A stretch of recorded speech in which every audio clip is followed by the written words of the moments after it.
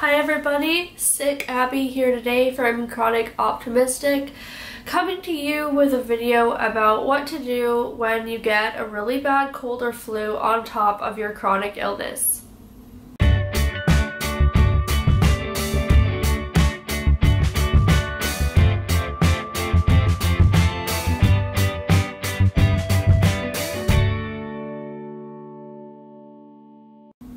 Hi guys, so first of all, you can probably tell that I am super sick. I've been sick now since Friday morning and it is Tuesday evening, so it has been Friday, Saturday, Sunday, Monday, Tuesday, like 5 days.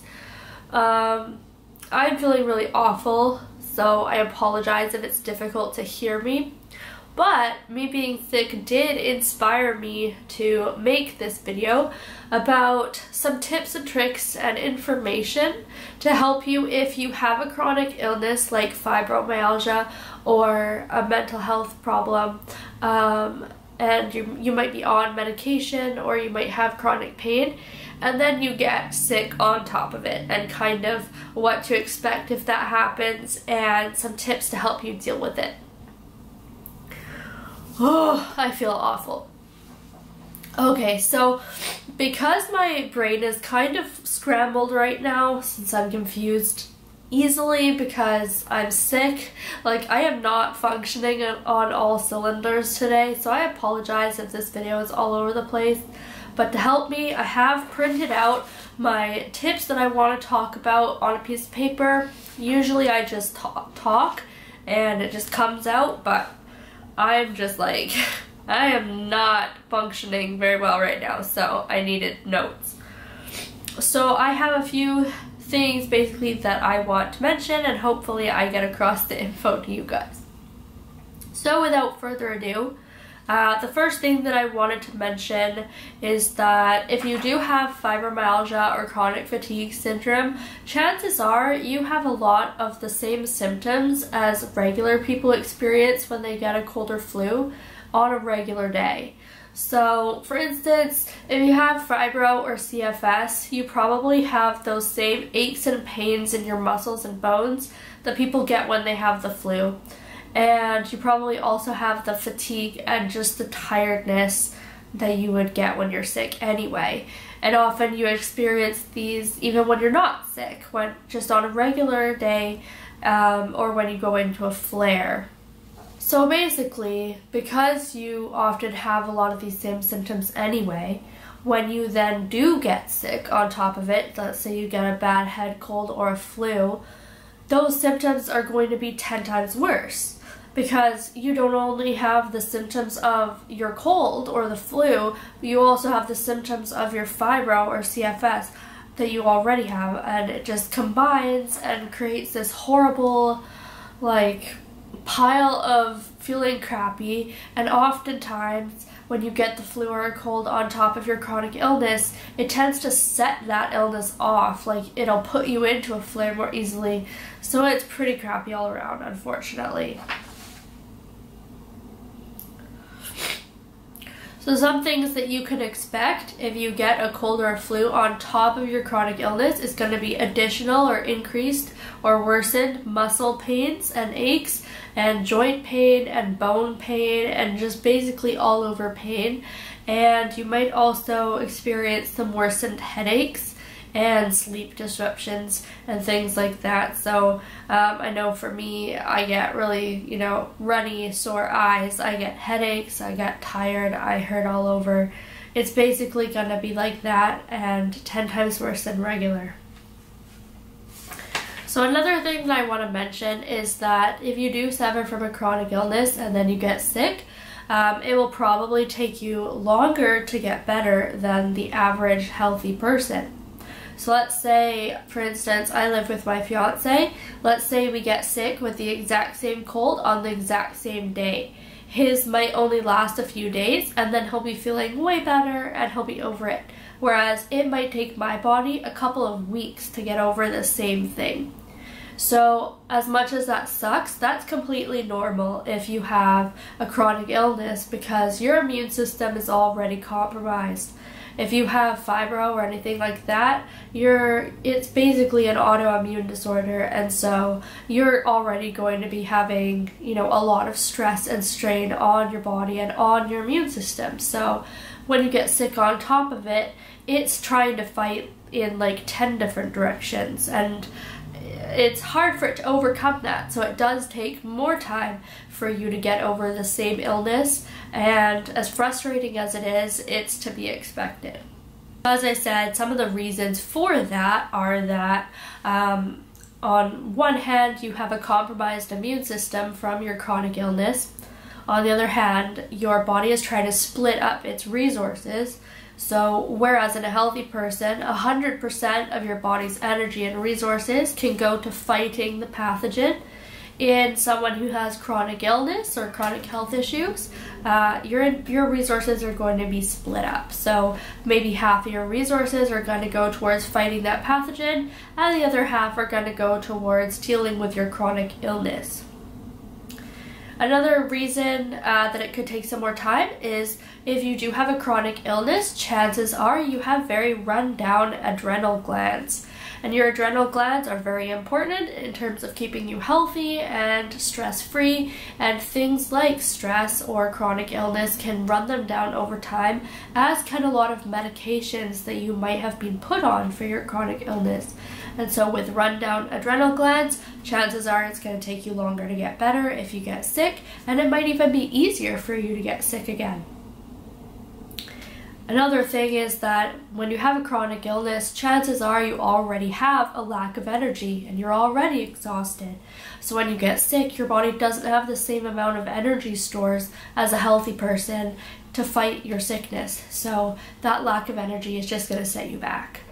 With all that being said, though, keep in mind that you are still going to get better, and you know, even if it does take you a little bit longer, it doesn't mean that you're broken in any way. I mean, obviously it feels like that a lot of the time when you do have a chronic illness, but at the end of the day, you're going to end up getting better. It's not going to last forever.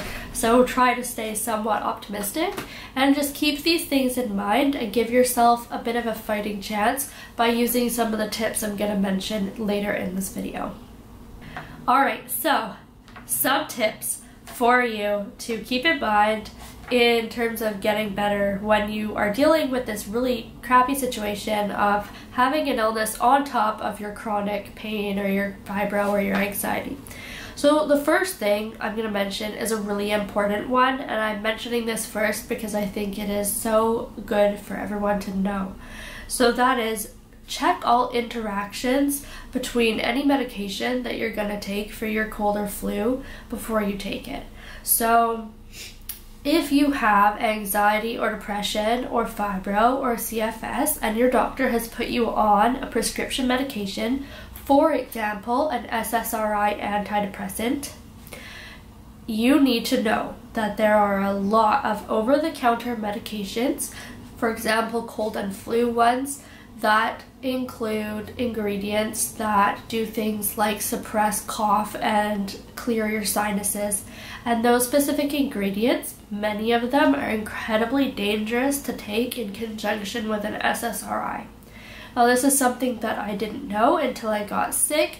Luckily, I had the forethought to check all the interactions, and it came back telling me that if I took that cold or flu medication, it would have a significant interaction with my SSRIs that I'm on. So there are a few different ingredients, and I'll try and list them below for you. Most of them work as a cough suppressant, and some of them work as a decongestant or like a medication to clear your sinuses. And a lot of the Tylenol cold and flu, the Tylenol cold and sinus, and a lot of the cough medications like Robitussin or anything like that, really, they include that ingredient. And if you're on an SSRI or a similar medication, you're not able to take those. So keep that in mind.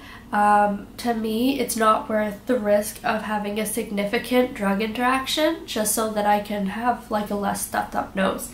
Or planning on taking any over-the-counter medications, please make sure that you check any of the interactions with the drugs that you're already on before you take it. A really good app for this is Medscape. Medscape is actually used by a lot of doctors and nurses in the field. It's a professional application. You can either use it by going to the Medscape website on the internet, or there are apps for your phone. And what you can do is you can go into the resources or the references section, and there it will say drug interaction checker.